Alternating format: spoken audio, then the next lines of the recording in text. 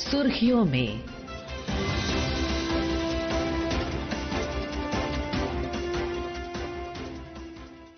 नमस्कार श्रोताओं, सुर्खियों में कार्यक्रम के आज के इस नए अंक में आप सभी का स्वागत है। मैं हूं कमल कुमार प्रजापति। आज प्रधानमंत्री नरेंद्र मोदी ने परीक्षा पे चर्चा कार्यक्रम के 9वें संस्करण के दूसरे वीडियो एपिसोड में विद्यार्थियों के साथ संवाद किया। तो आज इसी विषय पर हम कार्यक्रम में बात कर रहे हैं। हमारे साथ वरिष्ठ शिक्षाविद डॉक्टर जीएस राजपूत कार्यक्रम में अपने विचारों के साथ शामिल हैं। आपका बहुत बहुत स्वागत है सर। बहुत बहुत धन्यवाद। मुझे आकर के अच्छा लग रहा है जी। जब एक राष्ट्र प्रमुख विद्यार्थियों के साथ उनकी परीक्षाओं को लेकर और उनको टिप्स के साथ या उन्हें एक अच्छा नागरिक बनने का अलग अलग तरह से संदेश देता है, उनके साथ संवाद करता है, निश्चित तौर पर ये एक बड़ी पहल है जो हम बीते 9 वर्षों से देख रहे हैं। और आज भी हमने देखा कि प्रधानमंत्री नरेंद्र मोदी ने विद्यार्थियों के साथ अपने संवाद में न केवल विद्यार्थियों को परीक्षाओं के तनाव को कम करने को लेकर टिप्स दिए, बल्कि देश के विकास में वो अपना कैसे योगदान दे सकते हैं इस बारे में भी उनके साथ सीधा संवाद किया, उनके सवालों के जवाब दिए। चर्चा की शुरुआत करें उससे पहले प्रधानमंत्री का एक वक्तव्य सुनते हैं जिसमें उन्होंने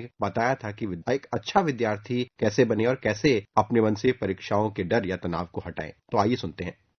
एक वीक देख लीजिए परीक्षा के पहले का, सभी चीजों को आपने ऊपर नीचे तो कर ही लिया होगा।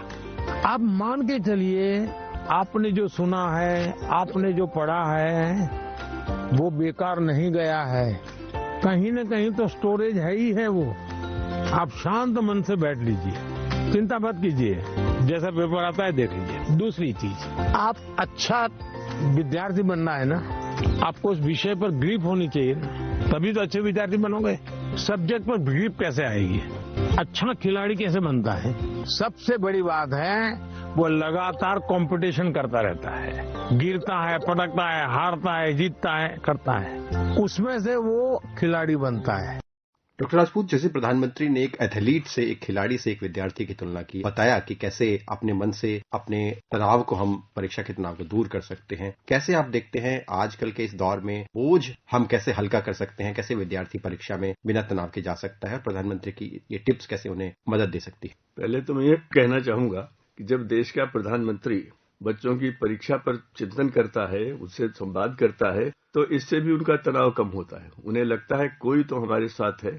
जो माता पिता बच्चों को देखते हैं, उनका ध्यान रखते हैं, वो भी तनाव कम करते हैं। तनाव कम करने के अनेक प्रकार के रास्ते हैं। जैसे बस्ते का बोझ कम करने की प्रक्रिया में मेरे जैसे लोगों ने भी भाग लिया था जब मैं एनसीईआरटी में काम करता था, कि किसी प्रकार से बच्चों का तनाव कम किया जाए। दूसरा, परीक्षा में सफलता को लेकर के अध्यापक उनको बहुत कुछ समझा सकता है और समझाते भी हैं और उनसे ध्यान रखते हैं। सबसे बड़ी बात जो मुझे लगती है वो ये है कि प्रधानमंत्री जी भी यही अपेक्षा करते हैं कि बच्चे साल भर जो भी पढ़े ध्यान से पढ़े, थोड़ा समय दे तब भी ध्यान से पढ़े और बार बार अभ्यास करें। जो उन्होंने एथलीट के बारे में कहा कि गिरता है, पड़ता है, मगर फिर प्रयास में कमी नहीं करता। हमारे बड़े बड़े क्रिकेट के खिलाड़ी भी 0 पे आउट हो जाते हैं, लेकिन वे हतोत्साहित नहीं होते। इसलिए कभी भी हतोत्साहित होकर के परीक्षा भवन में नहीं जाना चाहिए और जो भी पढ़ा जाए उसको बार बार सोचा जाए।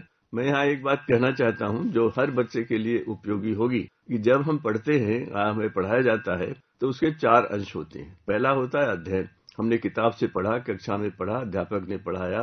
दूसरा होता है कि जो पढ़ा है कक्षा में उस पर मनन करिए, सोचिए कि मैंने क्या पढ़ा था, तो आपके मन में प्रश्न आएंगे, उन प्रश्नों का उत्तर आप ढूंढेंगे। तो तीसरी स्टेज ये होती है चिंतन, आपस में बातचीत करिए कि भाई ये मुझे समझ में नहीं आया, तुम्हारी समझ में आया क्या? इसको पीयर लर्निंग भी कह सकते हैं। और चौथा होता है कि जो मैं पढ़ रहा हूँ उसका उपयोग क्या होगा, उसे जानना बहुत आवश्यक है। और इस तरह से अगर हम पढ़ेंगे इन 4 हिस्सों में, तो निश्चित रूप से हमारे तनाव बच्चों में कम होंगे।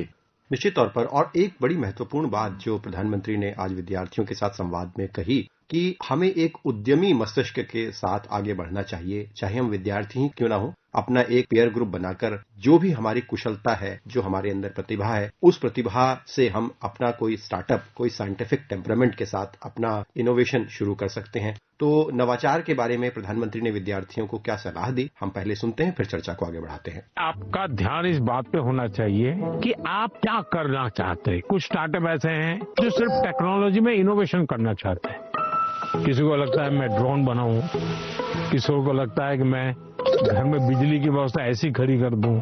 तो किसी 4 दोस्तों को जानती होगी जो टेक्नोलॉजी में एक्सपर्ट हैं, एक आध दोस्त है फाइनेंस में एक्सपर्ट है। चलो 4 लोगों की टोली बना दे, साइड में अपन स्टार्टअप शुरू करते हैं। जरूर नहीं कोई स्टार्टअप के लिए कोई 25 साल की उम्र चाहिए, आप कभी भी शुरू कर सकते हैं। छोटे छोटे स्टार्टअप से भी काम शुरू हो सकता है। डॉक्टर राजपूत, जैसा कि प्रधानमंत्री ने विद्यार्थियों को स्टार्टअप शुरू करने की बात कही, सलाह दी, हम सभी देखते हैं कि पारंपरिक और सुरक्षित करियर हमारे मन में रहता है, हमारे जहन में रहता है, आगे बढ़ने की, इस तरह से हम लोग अपनी भविष्य की प्लानिंग करते हैं। लेकिन प्रधानमंत्री एक अलग ट्रैक पर विद्यार्थियों को चलने के लिए कह रहे हैं कि अपने मन में पहले से ही एक व्यवहारिक कौशल के साथ आप आगे बढ़ें और पेयर लर्निंग, पेयर ग्रुप बनाकर अपना कोई स्टार्टअप बनाए। कैसे ये एक आगे आने वाले समय में शिक्षा की नई दिशा को तय करने की एक सलाह है कि विद्यार्थी पारंपरिक किसी करियर को छोड़कर जिसमें वो कुशल है, प्रतिभावान है, उसको अपना रास्ता बनाए? देखिए, प्रधानमंत्री की यह बहुत बड़ी सफलता है कि उन्होंने देश में, माता पिता में और विद्यार्थियों में एक दृष्टिकोण परिवर्तन प्राप्त कर लिया। ये लगभग असंभव था। आज से 15 साल पहले कोई बात नहीं करता। आज विद्यार्थी सोचने लगा है कि हाँ, मैं कुछ कर सकता हूँ, मेरे पड़ोस के किसी ने किया है, मेरे स्कूल के बाकी पहले वाले बच्चों ने किया है, और इसके लिए एक बहुत बड़ा आधार है। हम सब रविन्द्रनाथ टैगोर जी को जानते हैं। गुरुदेव टैगोर का स्कूल के बारे में बहुत अलग दृष्टिकोण था, जैसे हमारे प्रधानमंत्री का भी है। गुरुदेव ने लिखा कि जब कोई बच्चा पैदा होता है तो ईश्वर उसे 2 वरदान देता है, प्रकृति देती है या ईश्वर देता है, जैसे पावर ऑफ आइडियाज, विचारों की शक्ति, पावर ऑफ इमेजिनेशन, संकल्पना की शक्ति। और उन्होंने कहा कि हमारी शिक्षा पद्धति इसको हमेशा कुंद करती रहती है, इम्पीड करती है। अगर हम बच्चे के आइडियाज और इनोवेशंस को इनकरेज करते रहें, चाहे वो कक्षा 3 में हो, चाहे कक्षा 6 में हो, चाहे कक्षा 12 में हो, अगर हम ऐसा करते रहेंगे तो इनोवेशंस तो बड़ी संख्या में आएंगे। बच्चे के अंदर जो संकल्पनाएं आती हैं, जो विचार आते हैं, उनको बढ़ना चाहिए। माता पिता को भी, कई बार माता पिता कहते हैं ये प्रश्न मत पूछो, मेरा टाइम खराब मत करो। बच्चे की हर जिज्ञासा का, क्यूरियोसिटी का समाधान करना चाहिए। खुद नहीं मालूम हो तो मिलकर ढूंढना चाहिए, नहीं किसी तीसरे के पास जाना चाहिए। अगर आप आइडियाज, इमेजिनेशन और उसके साथ सृजनात्मकता और जिज्ञासा, ये 4 चीजें बच्चे की बढ़ाते रहें, चाहे पढ़ा रहा आप कुछ भी रहे हो, इतिहास पढ़ा रहे हो, फिजिक्स पढ़ा रहे हो, जो भी हो, ध्यान में अध्यापक ये रखे कि मुझे इसके विचारों को आगे बढ़ाना है, इसकी संकल्पना शक्ति को कमजोर नहीं करना है, इसकी सृजनात्मकता का विकास करना है, और इसकी जिज्ञासा से ही इनोवेशन होता है। और ये 4 शब्द जो मैं बोल रहा हूँ, ये बड़े महत्वपूर्ण हैं और इधर बच्चों की चर्चा में आए हुए हैं। मेरे जैसे अध्यापक भी इनका उपयोग करते हैं। नई शिक्षा नीति में भी विचार किया जाता है, बिल्कुल, और अध्यापकों के प्रशिक्षण में भी उपयोग हो रहा है। इसके बाद इनोवेशंस इतनी बड़ी संख्या में बच्चे बता रहे हैं, जैसे अटल टिंकरिंग लैब बनी, ये प्रधानमंत्री जी का विचार है, और वहां पर कोई भी पूर्व बच्चा कर सकता है, अपने विचार को ट्राई कर सकता है। यही इनोवेशंस को बढ़ाने का तरीका है, और हम सबको प्रसन्न होना चाहिए कि हमारे देश में ये बात स्वीकार की गई है। एक महत्वपूर्ण बात पर आपकी राय या प्रतिक्रिया भी मैं लेना चाहूंगा। जैसे आर्टिफिशियल इंटेलिजेंस या डिजिटल दौर में कई चुनौतियां भी हैं, जैसे कि प्रधानमंत्री ने भी विद्यार्थियों को सलाह दी कि हम तकनीक का गुलाम न बने, बल्कि उसे अपने सहज इस्तेमाल की तरह से उसका हम फायदा उठाएं। आप क्या कहना चाहेंगे कि इस वर्तमान शिक्षा के परिदृश्य में जो डिजिटल क्रांति है या आर्टिफिशियल इंटेलिजेंस है, वो कैसे अपनी एक सकारात्मक भूमिका निभा सकता है, और विद्यार्थी या जो शिक्षा जगत से जुड़े हुए लोग हैं, अभिभावक हैं, वो कैसे इस तकनीक को एक सकारात्मक तरीके से विद्यार्थियों के जीवन में उतार सकते हैं? क्या कहना चाहेंगे आप? 20वीं शताब्दी में बहुत से आविष्कार हुए, बहुत सी नई नई चीजें आई। हम लोग उसको कहते थे कि तो बहुत बड़ा समय है। अब क्या है, अगर 20वीं सदी परिवर्तन की सदी थी तो 21वीं सदी परिवर्तन की गति की सदी है। आप नहीं जानते हैं कि आपका जो मोबाइल है वो 6 महीने बाद क्या क्या आपको और दे सकता है। अभी आप कुछ नहीं कर सकते, और बड़ी तेजी से हो रहा है। जो नया आविष्कार होता है फौरन लोगों तक पहुंच जाता है। इसको ध्यान में रखते हुए ये बहुत आवश्यक है कि जो नई तकनीक आ रही है उसमें हम बहुत चीजों का ध्यान रखें। जैसे ऑनलाइन लर्निंग की बात है, घर में बैठकर काम करने की बात है, इनमें बड़े फायदे हैं, समय बचता है, बहुत कुछ होता है। लेकिन जो आमने सामने बैठकर बातें होती हैं वे भी मनुष्य के जीवन का आवश्यक अंग है। अतः किसी भी नए आविष्कार को, किसी भी टेक्निक को पूरी तरह से स्वीकार करने के पहले उसके प्रोज और कॉन्स देखना बहुत जरूरी होता है कि अगर ये हमें इतने फायदे दे रहा है तो कहीं नुकसान तो नहीं दे रहा।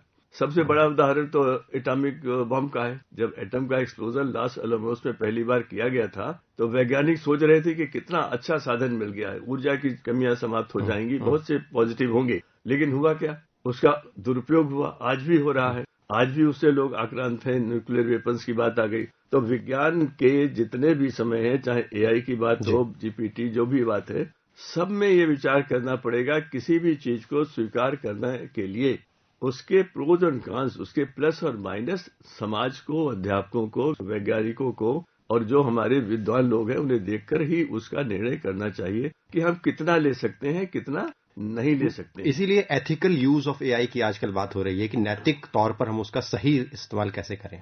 बिल्कुल सही बात है, ये होना चाहिए। जैसे हमारे पास मोबाइल है, अब सर्व सुलभ हो गया है, ये बहुत अच्छी चीज है, समाज में सब लोग जुड़ गए हैं, कितने फायदे हैं, अनेकों फायदे गिनाए जा सकते हैं, लेकिन उसका दुरुपयोग भी हो रहा है, बच्चों की मानसिकता पर प्रभाव पड़ रहा है और भी अनेक प्रकार के निगेटिव्स उसमें आ रहे हैं। इसलिए ये समाज को अलर्ट होना चाहिए नई किसी भी चीज को लेने के लिए। ये भी सही है। देखिए, हमारी नई शिक्षा नीति कहती है कि प्राचीन भारतीय ज्ञान परंपरा के आलोक में ये नीति बनी है, लेकिन वो साथ साथ ये भी कहती है कि हमें नए ज्ञान का उपयोग करना चाहिए, नए ज्ञान के सर्जन में बराबर की भागीदारी करनी चाहिए। हमें भी नया ज्ञान सर्जन करना चाहिए, बिल्कुल, हमें नया ज्ञान, और उसको इग्नोर नहीं करना चाहिए। ये भारत के लिए बहुत अच्छी बात है कि हम विज्ञान में, तकनीकी में, नए आविष्कारों में दुनिया के किसी भी देश से पीछे नहीं। और हमारे जिन लोगों ने संस्थाएं बनाई, ये उनका योगदान है। आज भी हमारी संस्थाएं बन रही, और सबसे बड़ी बात है कि प्रधानमंत्री जी बच्चों को प्रोत्साहित कर रहे हैं, क्योंकि भविष्य के वैज्ञानिक तो वही है, भविष्य के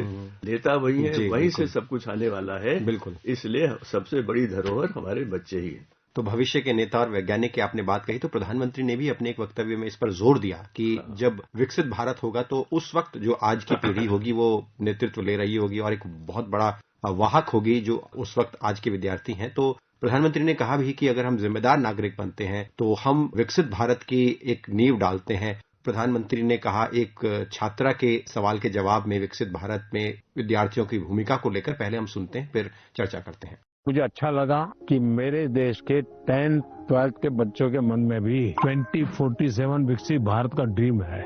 ये मेरे लिए बहुत बड़ी खुशी की बात है। आपने कभी सिंगापुर के विषय में सुना होगा। सिंगापुर एक जमाने में एक मछुआरों का छोटा सा गांव था, उसमें से आज इतना बड़ा बन गया। ली कुआन यू कहते थे कि भाई अगर हमको डेवलप कंट्री बनना है तो हमें अपनी आदतें डेवलप कंट्री के लोगों की होती वैसी बनानी पड़ेगी।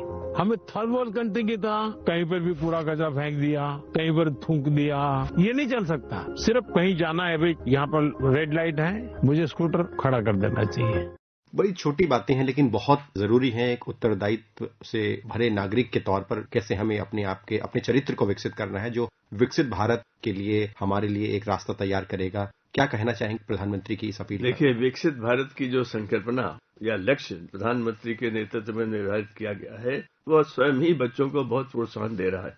हर बच्चे को लगता है कि मैं भी इसका हिस्सा बनूंगा। प्रधानमंत्री अभी जो बातें आपने सुनाई हैं, वे छोटी नहीं है। अगर वे बच्चों के मानस में बैठ जाएं, और मैंने देखा है स्कूल के बच्चे बड़े कॉन्शियस हैं, बिल्कुल सीख रहे हैं, तो हमारे देश का जो सामाजिक परिदृश्य वो बिल्कुल बदल जाएगा। बहुत सी कठिनाइयां जो लोगों को है वो समाप्त हो जाएंगी, और एक ऐसा वातावरण बनेगा जहां हर व्यक्ति को लगेगा कि मैं भी महत्वपूर्ण हूं, मैं भी कुछ कर सकता हूं, और मैं जो कुछ कर रहा हूं देश के लिए कर रहा हूं। मैं जापान का उदाहरण दे सकता हूं विस्तार से कि उन्होंने जब अपना पुनर्निर्माण प्रारंभ किया था द्वितीय विश्व युद्ध के बाद, तो उन्होंने यही सिखाया था कि जो भी करो देश के लिए करो, और ये मान कर चलो कि तुम देश के भविष्य में हिस्सेदारी कर रहे हो। जैसे मैं एक अध्यापक रहा हूं और मैं मानता हूं कि भारत के भविष्य के निर्माण में मैंने भागीदारी की है। मैंने बहुत लोगों को रास्ता दिखाया है, बहुतों को पढ़ाया है और बहुतों के जीवन को दिशा दी है। हर अध्यापक के अंदर ये भावना आनी चाहिए कि मैं भी विकसित भारत के लिए नई पीढ़ी तैयार कर रहा हूं। ये प्रधानमंत्री को अवश्य अच्छा लगे कि मेरा देश, मेरे देश के अध्यापक कितनी ही कठिन परिस्थितियों में कार्य कर रहे हो, मगर वे देश को आगे बढ़ाने में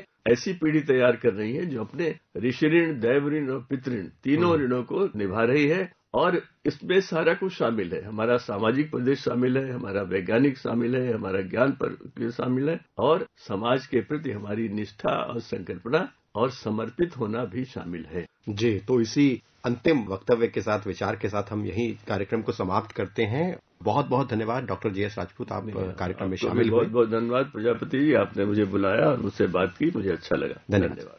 ये कार्यक्रम आकाशवाणी के समाचार सेवा प्रभाग द्वारा प्रस्तुत किया गया। इसे आप हमारे mobile app news on AIR और YouTube channel news on AIR official पर भी सुन सकते हैं।